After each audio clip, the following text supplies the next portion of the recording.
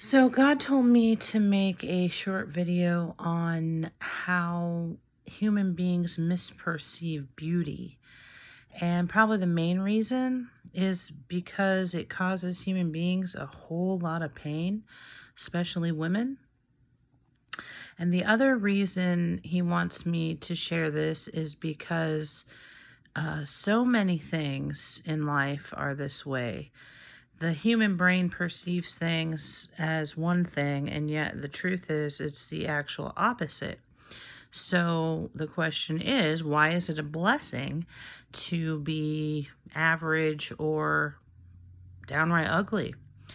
I'll put the verse in the description on how God sees beauty, but he outright claims that he does not see it the way mankind sees it. And if you like quirky stuff, one of the most interesting things I've learned from talking to the Lord is that in heaven, all the creatures are symmetrical because God is perfect. So when human beings see a symmetrical face, they're very attracted to it because that kind of shares the attributes of God. But the thing is it's a deception. It's just on the surface. So in the heavens, apparently, they tell me, or he tells me, that everyone looks like almost like a cartoon version of the perfect male or the perfect female, and everything's symmetrical. And so one of the gifts he gave to mankind was to kind of break free from this mold and have a body that changes and represents all kinds of things. So I know when I was especially younger, I think when I turned about 40, I just really didn't care anymore. But before I was 40, I felt like this odd guilt that maybe I wasn't healthy enough. I should have, if I really was doing a good job, I would have been physically fit and I would have been, in peak condition and people would have loved me. And then I also had this misperception that God somehow loved beautiful people more than he loved me.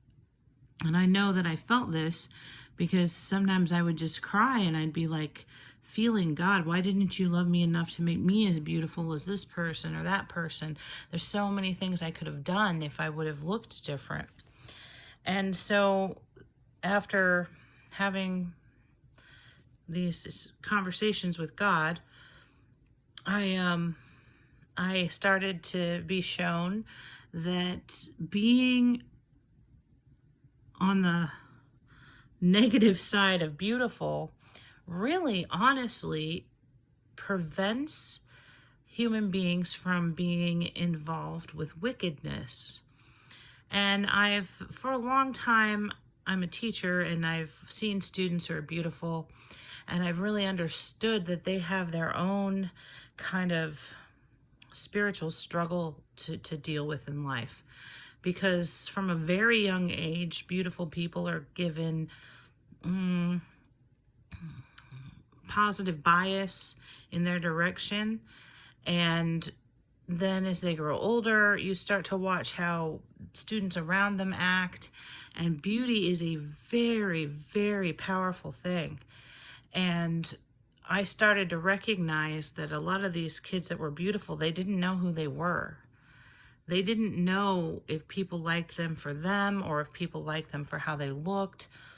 And then, you get a lot of behaviors from beautiful people.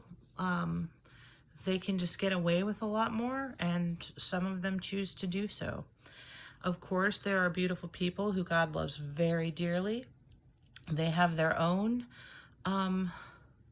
struggles. They have to kind of maintain their core of who they are and who they're representing, while also hearing and seeing things that, being given benefits that they don't deserve, and it's complicated. So anyway, God showed me one day how by someone being unattractive or just average, Wicked people aren't attracted to them. They're not as tempted by kind of maybe leaving their friends and family. When you're average looking, you get to live an average, normal life, and that's to God's benefit and your own benefit. And then he also showed me how some people, their kind of job on earth is to almost be repulsive to others. That could be being morbidly obese. It could be having something severely wrong with your face.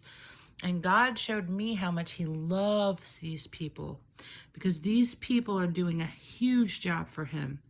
And one of the jobs they're doing is that for God to judge somebody, they have to have done either good or bad. And a lot of times when someone traditionally repulsive to the human brain is present, people show their true colors. And every word out of our mouth is documented by the Lord. And I mean every single word. And so if you see someone who he created like that, and you demean them, actively hurt them, you have caused a huge amount of trouble for yourself. You will have to answer for that. And so these people are almost like a bit of a sacrifice, that they've sacrificed their comfort on earth to propel his mission, which is to rid the world of darkness.